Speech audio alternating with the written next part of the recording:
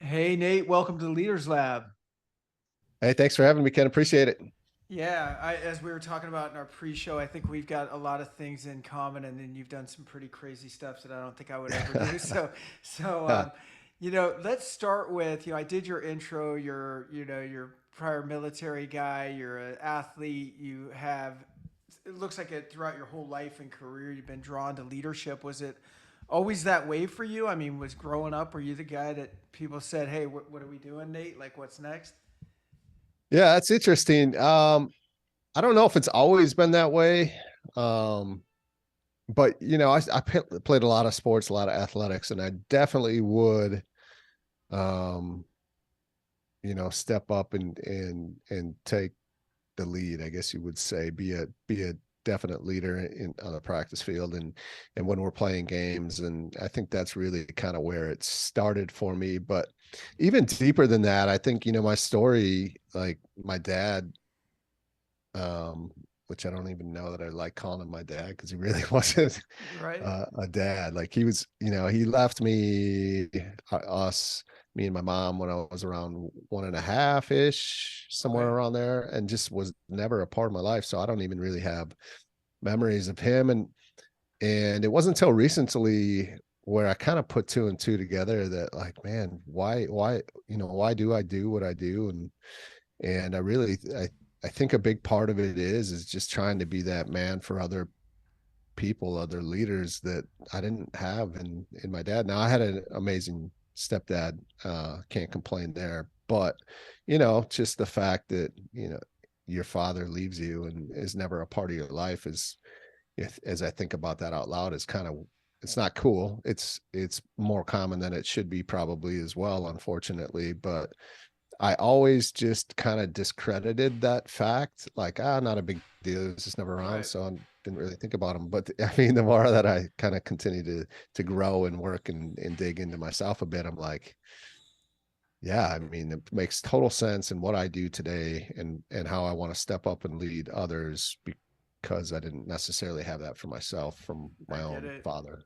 Yeah, that makes total sense. Do you remember? I know that when we're kids, like you're saying, a lot of times we'll minimize it or compartmentalize it and go, "Oh, it doesn't Yeah. really matter. I'm fine. I'm just like Yeah. driving on or whatever."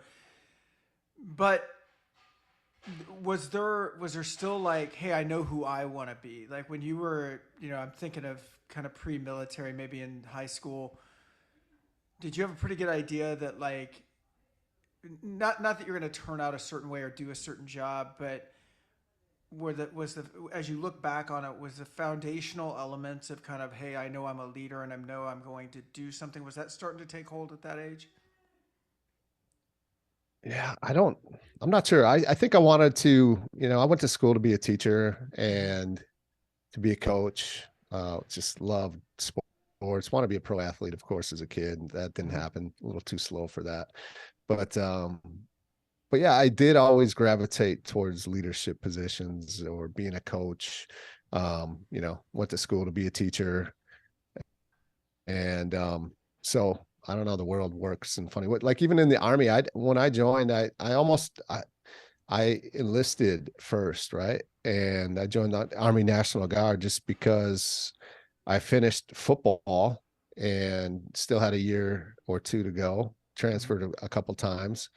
And so I'm done with football, I'm done with sports. And I was like, man, what's next? And I think I was kind of lacking that camaraderie, that team that I'd always had in my life. So I enlist, and then shortly after going to basic training, I realized that, oh, you can become an officer. What's this program all Right. about? Right. And so I, quickly jumped into that.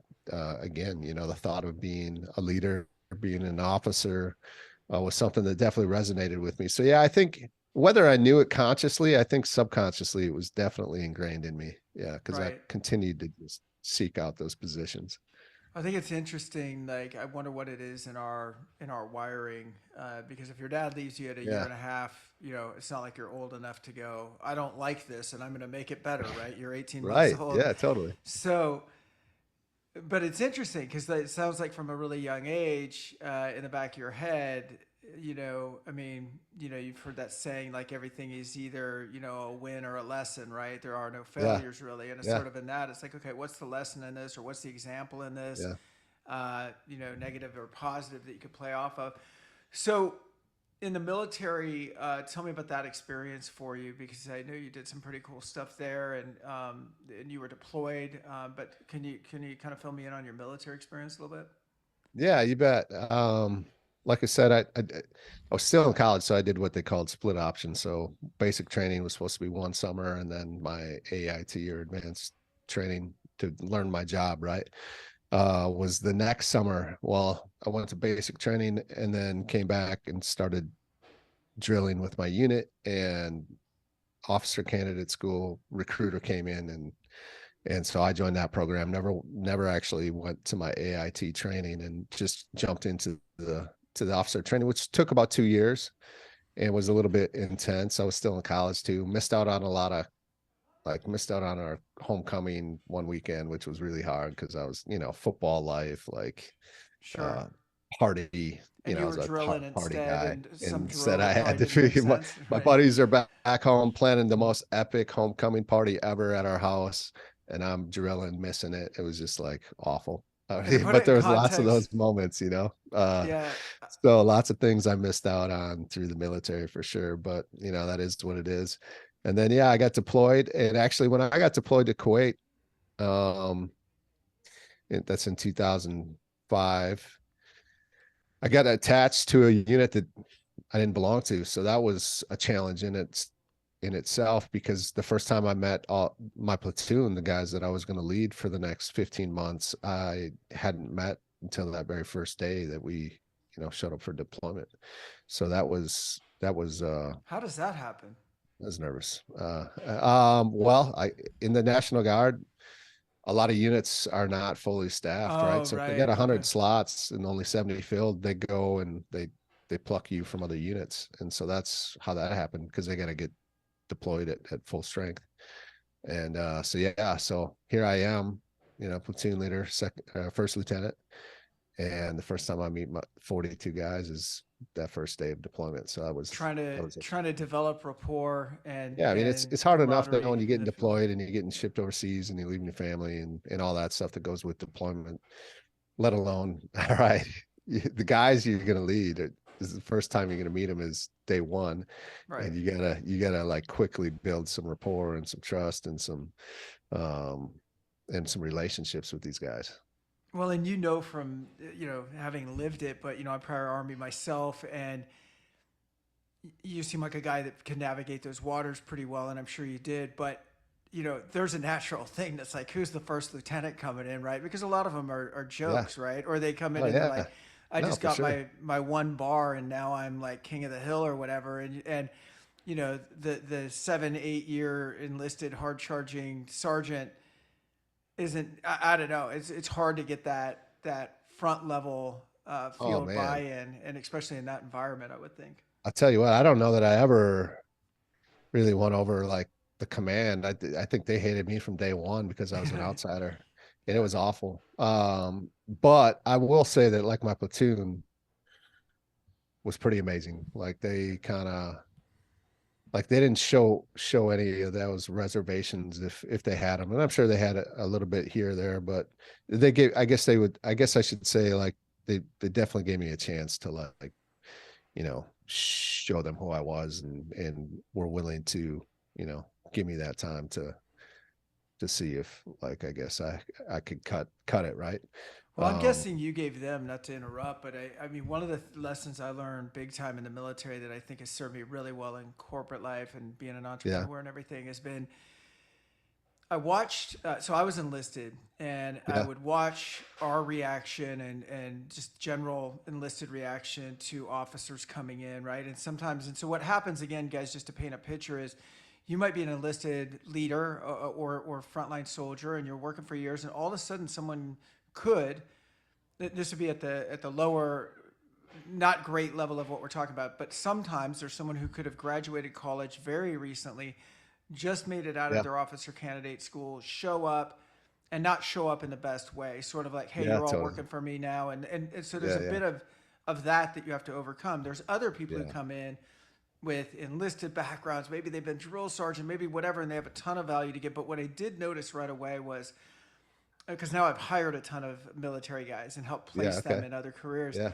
And when I used to ask young military leaders when they're coming out of leadership, out of military leadership, and I'd say, were you a great leader in the military? They're interviewing, so everybody's a great leader, and you Sure. start Yeah. finding out really quick, like the difference between compliance and willful. I don't want to say followers, but people willingly giving themselves to a good leader, right? And to Yeah. me, Yeah. it all comes down to the very simple principle of like mutual respect. And looking Yeah. back on my army days, then I'm guessing you came in and probably just showed those guys a ton of respect for what they were doing, what Yeah. their knowledge was. You were new to their unit, and I think if you give it, you get it back. Yeah. Absolutely. Yeah. 100%. Yeah, totally. Definitely.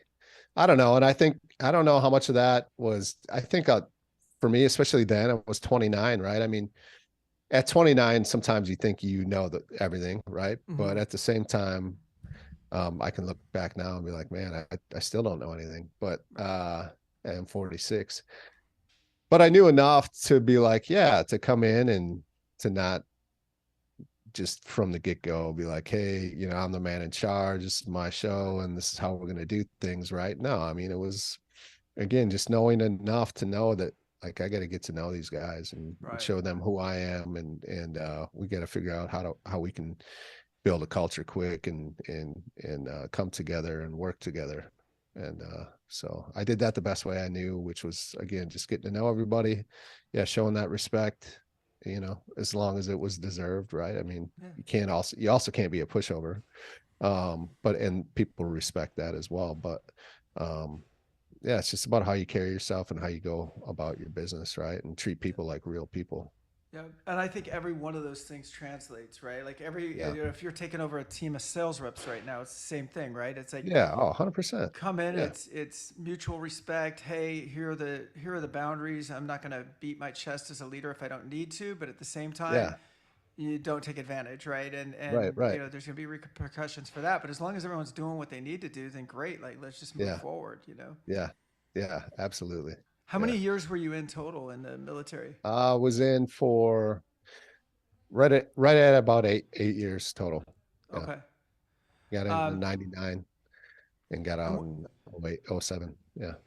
And I know there was a gap between then and when you started getting heavily into coaching and Yeah. There was, entrepreneurship and yeah. stuff like that. So maybe tell me about the years after as you transitioned out.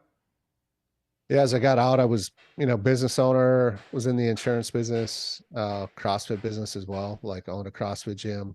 Um, got into some real estate investing around 2010, which still do to this day. Um, but yeah, there's definitely a transition, there's not a great transition coming home, looking back to just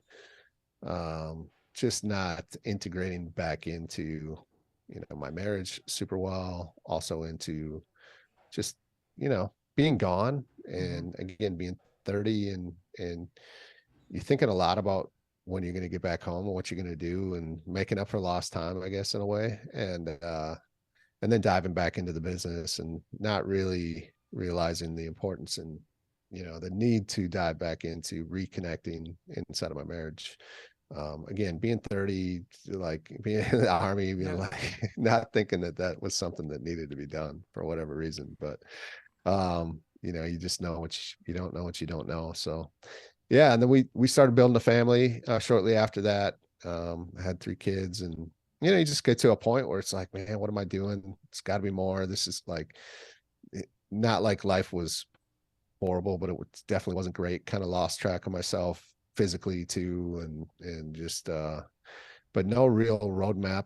Trying to figure out things on your own, and you get to a certain point again where you just like you don't you need someone else in your life to help you, show you the way, right? That's been there where you want to go. And I was just at a point probably around 2014, so about 7 years after deployment, just kind of slogging through, trying to do the best I can. Having kids, that doesn't help issues inside of your home. It feels like it amplifies the issues that you have, and so you know, at, and then like just, I don't know, by like some weird stroke, just on strolling Facebook on at my office, like this ad came across, and this is really before coaches were everywhere, and Right. that was an interesting ad that came through for a program that was speaking just to me, and it was exactly where I was at, and how he could help me to get where I want to go, right? And so right, divine timing, I guess. Were you uh were that you at opened a my life point to where you that had world. a like pissed off like I'm tired of this and I'm or was it more just like sounds like it was more like just years of kind of like not living the way you wanted to and maybe I guess what I'm asking is it was it more of a slow decline that then you were just like man that ad came up at the right time or was there like a pivotal moment where you went I'm not doing this anymore. You know what I mean? I don't Like know if there was necessarily a pivotal moment. It was more of a just like yeah, it's almost like a slow drip, right? So many yeah. people, like, it's not so bad that you're willing to really do anything significant to change it, but yet it's Right. like just kind of eating at your I soul hate every that. day. That to me is like no man's land, Yeah. right? I mean, it's the Yeah. Oh same way man. with even when you're looking at employees or other relationships. If you look at an employee and someone goes, this guy's not good enough to get excited about and not bad enough to fire, and I'm like, well, I guess we're Yeah. just Right. living in mediocrity, and we're the same way about ourselves sometimes, right? It's like I'm not Yeah. excited about what I'm doing, but it's not so bad or that I can get some leverage on myself and actually change it, right? So I'm just going to kind of Yeah. on a scale of 1 to 10 maybe bump it around a 4 or 5, right? And to the outside Yep. maybe we can make that look like a 7 or an 8, right? Yeah. Yeah. And Totally. yeah. Yeah. Yeah. Outside looking in, I think we look, I mean, my life looked pretty good to most Yeah. people, but deep down, you just know how it's really going and how you're really feeling, and kind of feeling lost because you don't really know what to do to fix it or to make it any better. And so you just kind of keep doing the same stuff that's gotten you, the same lackluster life that you've kind of been dreading over the years. And it does add up and pile up after a while. And I think that's really where I was at. And then again, I just, um, this ad came across that time, and I was like, yeah, I need this. Yeah, this is what I've been looking for. Was it And when you were leaving the military or when you were going through this time frame, looking back on it, was it like an identity thing? Because I feel like that happens a lot of times after the military, and that we've got our yeah, community there, we got our camaraderie, but there's also, there's like this big picture stuff where, and the military does a pretty damn good job of promoting this to us, right? Of yeah, going like, you're part of something huge and you're yeah, defending your country. And it's like, yeah, there's so much significance, good significance in that, right? Like positive yeah, significance in that. And then you're just home and it's like, well, time to go run your 5-person business and no one really yeah, gives a shit about you and you're not that important and yeah. you're not on the front lines and you're not saving freedom and you're not was that a big part of all of this? I think so. Yeah, absolutely. That's something that you always, I think I probably continued to search for. And eventually, that's also kind of right around the time that CrossFit really blew up. And so then I kind of jumped into that and grabbed a hold of that because I was that community, that team that I was missing a bit. But then, then what happens, right? So then you just jump all into like CrossFit. Like Yeah, yeah, it's your yeah, world, it's like yeah. just forget everything else. And it's like, Right. what the hell's going on here? So yeah. Definitely identity piece though too. Yeah, you're in the military, you're an officer, you're a leader, and in a way in that world you can be a little bit of a big deal, and then you kind of get out and yeah, it's like now what, right? Yeah. Not a big deal. I remember shortly after I got out, and I was super into it, when I was in, and again, it's like you can say legitimately when you're in there that the work that you're doing is saving lives. It Yeah, is, oh, right? Like yeah. you're saving lives. And then I started a business where I was like literally selling band-aids, like we were restocking first aid kits, and I was like, and we did well with You're all it, but squared away and everybody else isn't, and yeah, it's like, I'm what out in a the shirt and hell? tie. I was Yeah, attached to a National Guard unit where they weren't yeah, shining their boots and they weren't like taking care of themselves physically. And I was so yeah. pissed off at everybody. I was like, because nobody was living up to my standards of Right, yeah, like totally. how the world Yeah, should be. It yeah. was pretty funny. Yeah. So what happens next as you start to break through this? You find this coaching program. This is what, 8 or 9 years ago. It sounds like, Yeah, yeah. so this program is called Wake Up Warrior, Garrett White's program. You know, a lot of people have heard of him. He's done some great things, impacted a lot of people's lives. It's through that program, really went to work on myself, large investment and bigger than I should have been making probably at that time, but thank God I did, right? Because I wouldn't be here where I am today or doing what I do today or helping as many people as I do if I hadn't made that decision.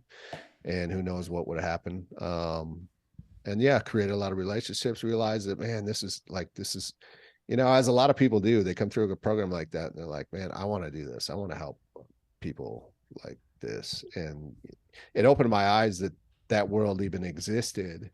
And then from there, I'm still selling insurance. I got an independent insurance brokerage at the time and doing well there, but just was never excited about that.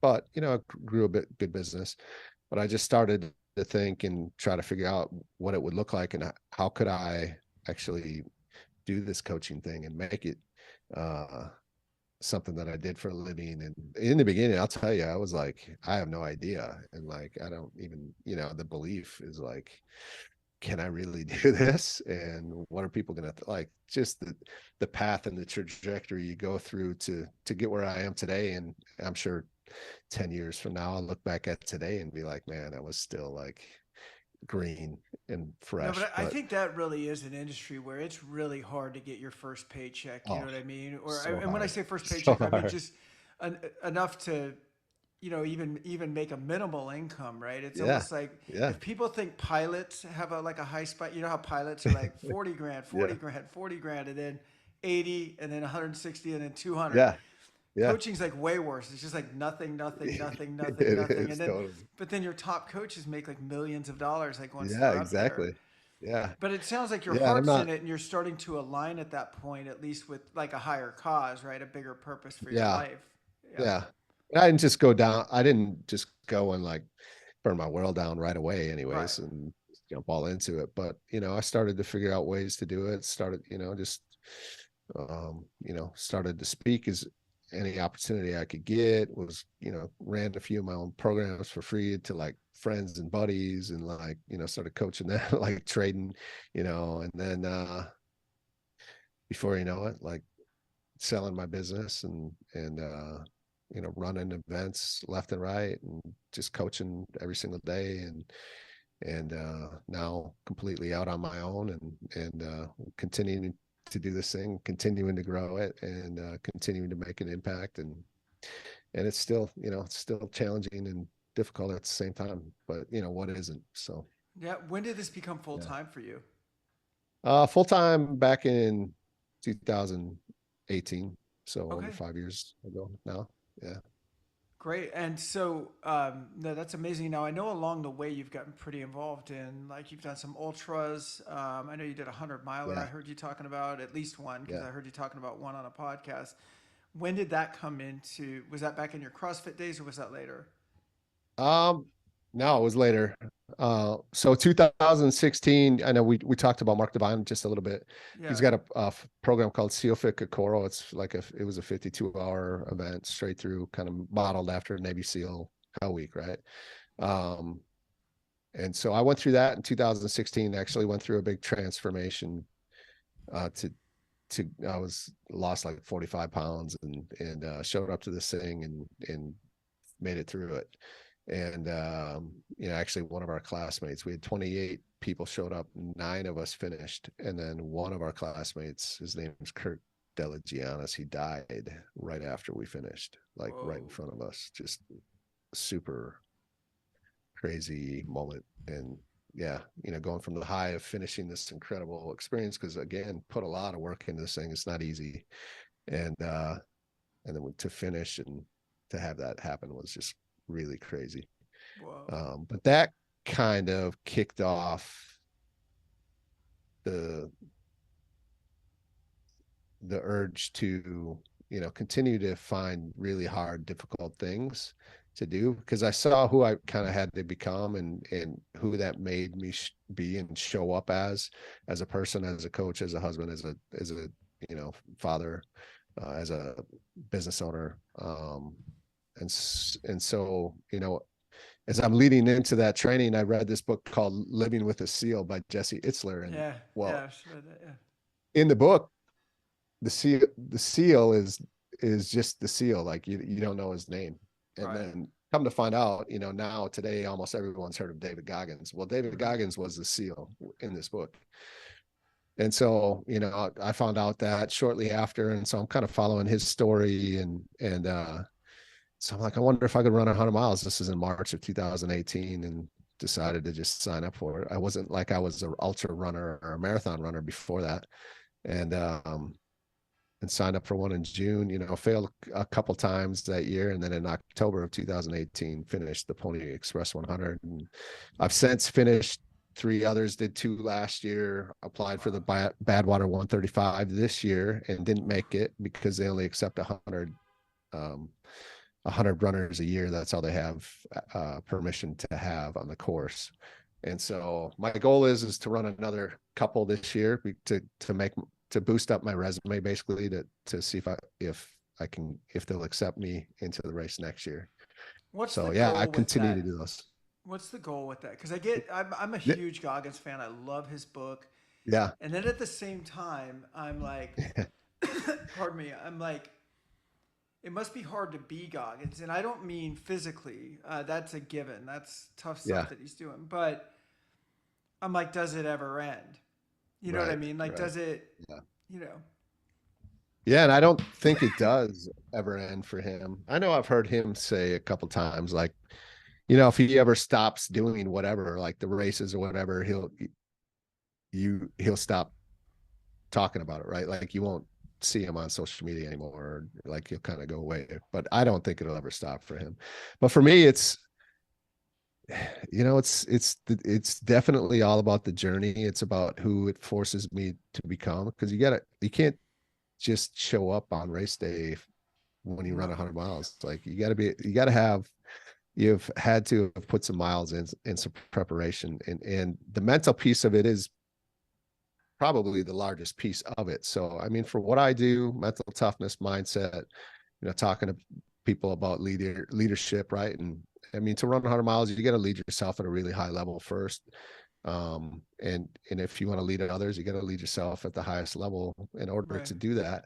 And so that's why I continue to do it. I mean, it's definitely, there's a lot of other incredible benefits, just the people you meet, the places I've gotten to see, right? Did the Daytona 100, the Keys 100 last year is the first time I'd ever been to the Keys, the Pony Express out in the middle of nowhere in Utah. I went to Denali, the Denali Highway in Alaska, ran like, I'm just, the whole time I'm running, I'm like waiting for a grizzly bear to come and like eat Wow. me. So, so yeah, I've done some cool places and races and met some awesome people along the way.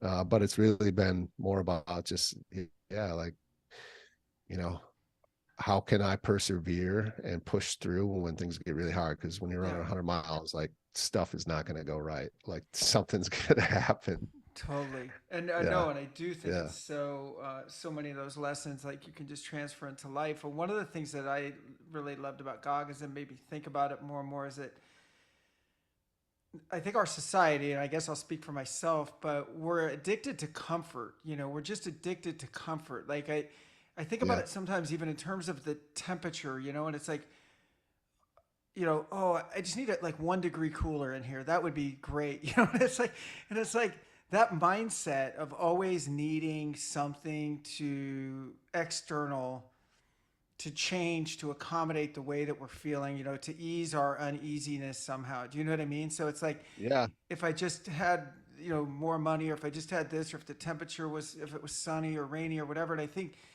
the kind of stuff that you're doing and like Goggins says, and some of these extreme runs are, it's like it's so the opposite of that, right? It's so it is. Yeah, you're just gonna keep throwing discomfort at yourself to a point where I think the appreciation that you probably feel for the small everyday things after running a marathon, of just having a nice pair of shoes and your feet not being Yeah. destroyed or whatever, Yeah. right? It's like all of a sudden you can appreciate those things.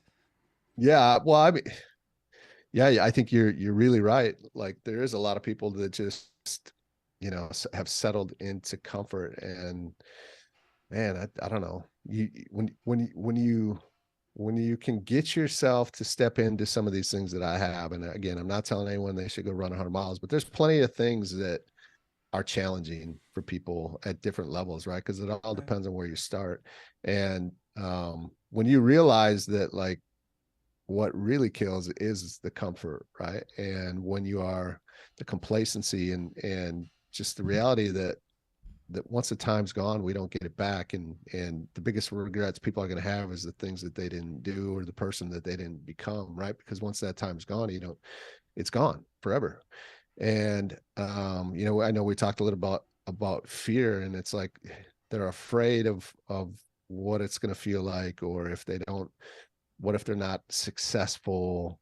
Um, but when you realize that, like, when you can step into that fear, right, and you can step into that unknown, and you realize that, man, it's all worth the payday is way more worth than any of that fear that you ever thought you had about not doing it, right? So Yeah. I mean, the benefits are just huge. And I mean, how can you not take care of yourself? How can you not lead yourself at a high level? How can you not? It just feels too good, right? Right. Once you go do it, and that's the hard part, getting people to understand that and getting them to push through it and to move through it. You got kids. Like, how can you not be the example of that positive example for them? Right. Otherwise, they're gonna They're gonna follow they're you, going to grow right? up and follow you, like Yeah. in your footsteps. And what does that feel like when you get older, right? It's like, I don't want that regret. I don't. And it's just, you feel so alive. Like, you have to, like, if I could just, like, borrow you like the emotions and the feelings that I have after going through something like 100-mile race, and stepping across that finish line after 30 plus hours with your feet like fully blistered and everything else hurting, right, and tired out of your mind.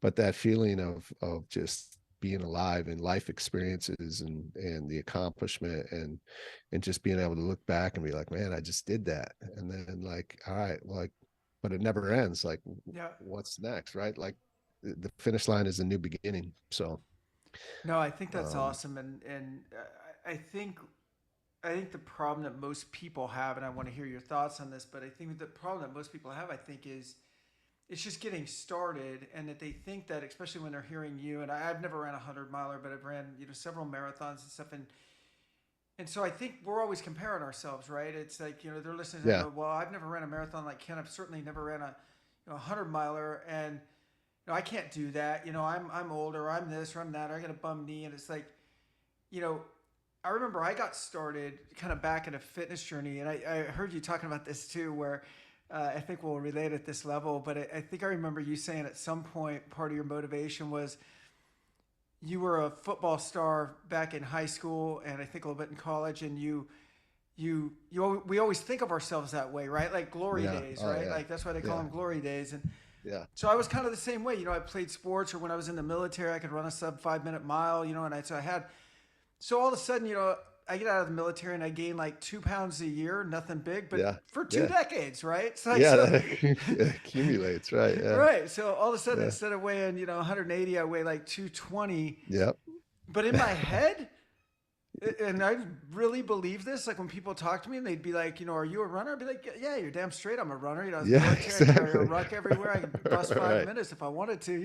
Yeah, And, yeah, and a buddy of mine said, hey, we're doing this run for charity. This girl's got, illness, whatever. And it seemed like a good cause. And it was a 5K. And this is several years after I yeah, got out of the military. And I was living in this hallucination of what I used to yeah, be. And I got to do a 5K. 5K.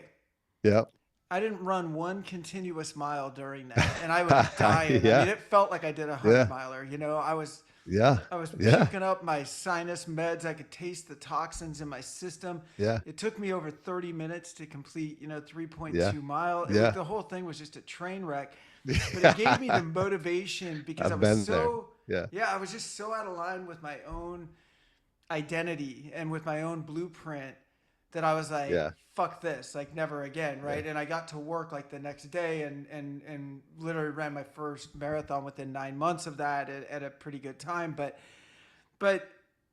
I think sometimes, first of all, I mean, I think we're not honest with ourselves about, like, we're not seeing ourselves sometimes for what it really is, number one. And number yeah, two, yeah, I think a lot of times our version of good. So in that case, it's like now I'm a 38-year-old man at that time going through this, and I'm going, well, maybe I'm not a 5 minute miler anymore, right? There's a yeah, pretty damn good chance yeah, I'm yeah, not, especially in that moment. But maybe I don't even have the potential of being that anymore. But what can I do right now in this moment to make myself better and make my health yeah. better? And so that's going to be different for everybody. I mean, if Oh yeah, someone's 50 years old and they haven't worked out before, maybe their greatest accomplishment in the next year would be gearing up to do a 5K or less. I don't know, but it's doing yeah, something, absolutely. right?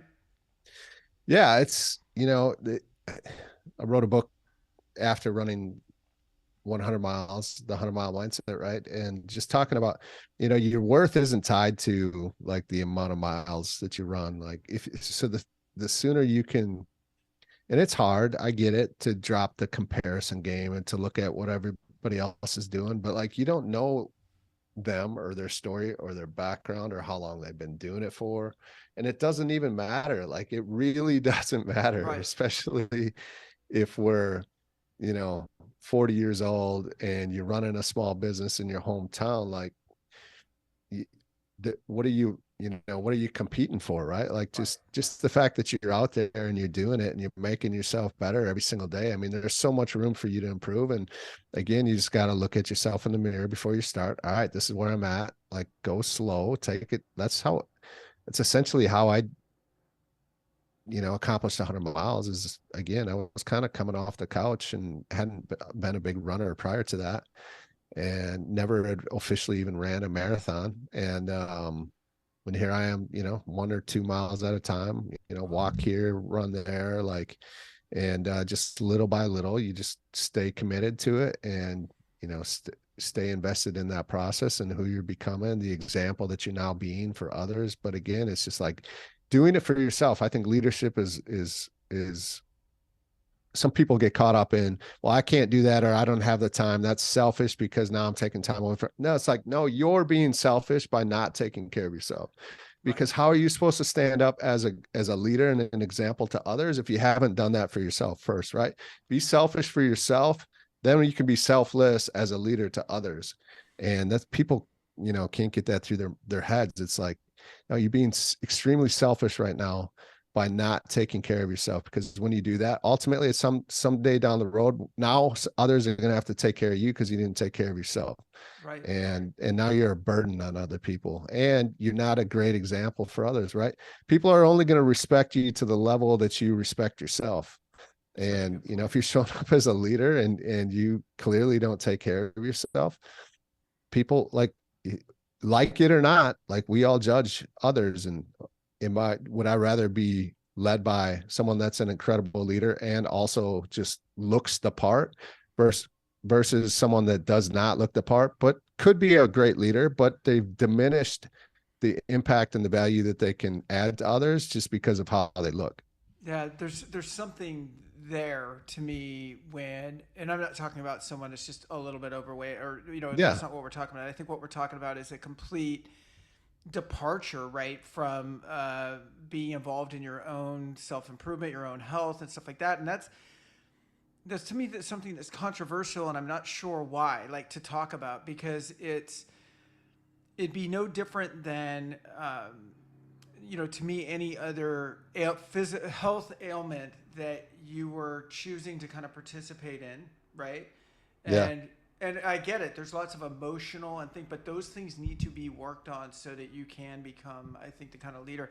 I want to touch on one thing about this mileage thing, and it just reminded me of a story that I thought was so funny one time. So, um, my wife's best friend, her dad, he used to go to the same community center that I went to work out, and he'd always talk to you when you're working out. You know those kind of guys, like you're working out Yeah, and you're hate like, that. what? Like you're taking your headphone out.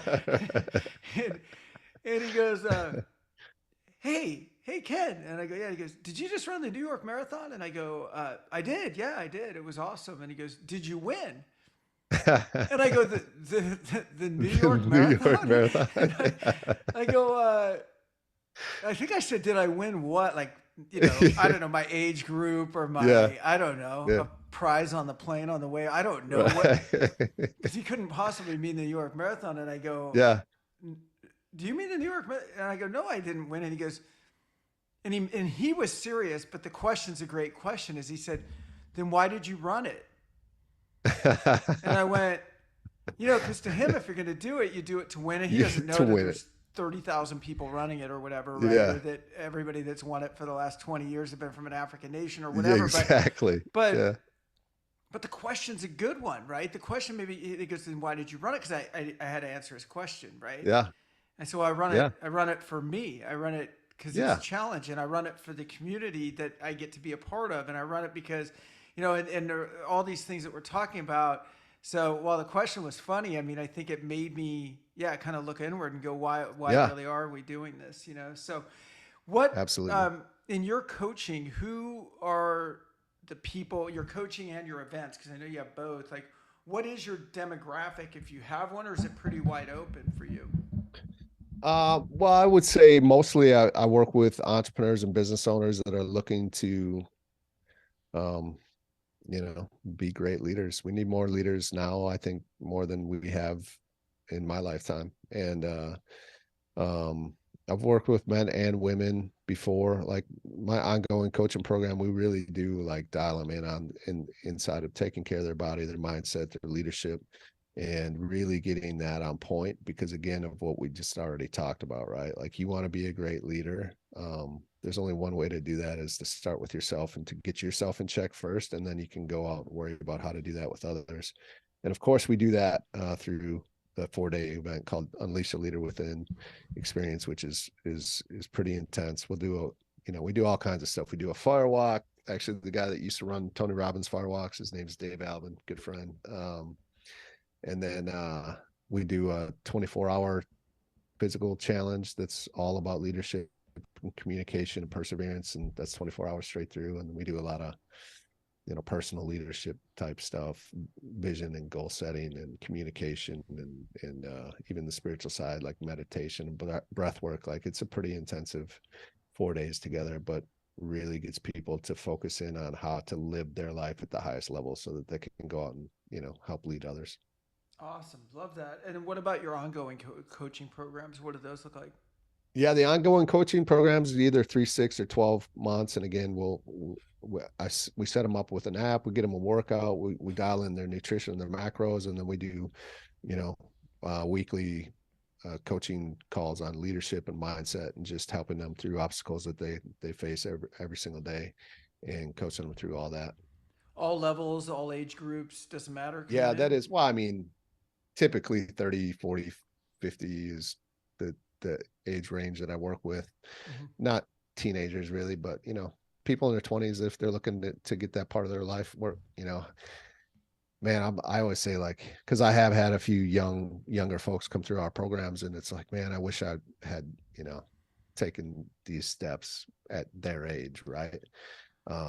Because what a benefit that is to get your life dialed in at such a young age, Totally. before most do. But yeah. Totally. I was all my self development stuff, all the Zig Ziglar's, Tony Robbins, like whoever Brian Tracy, all these Yeah. people. When I was younger, I got into it like right after the army. But I would always look at personal development as something you did when something was broke. You know what I Yeah, mean? totally. So I'd be Right. like, I'm not good Yeah. at sales. Let me find a program on psychology of selling or something, and I'd Yep. listen to it. And it would work. and I'd be like, okay, I'm good now. I don't need any more Yeah, for a yeah, yeah. while. And I never Right. really got into self development as a everyday Yeah, part of life until, proactively, right? yeah, Just to make yeah, you a better person. Yeah. no, not until my 40s probably did I get into Yep. that. Cool. Well, it's been awesome having you on. Great talk, and the time flew. Yeah, We'll thanks, definitely man. This post is up. awesome. Thank you so much, and I'll post all the ways to get a hold of you and for your Warrior series. We'll post that in the show notes. But thanks again for taking the time. Thanks for your Yeah. service, both military service, but also what you're doing now to develop leaders across the country. Appreciate it. Yeah, thanks, Ken. I appreciate it. All right, you got it, sir.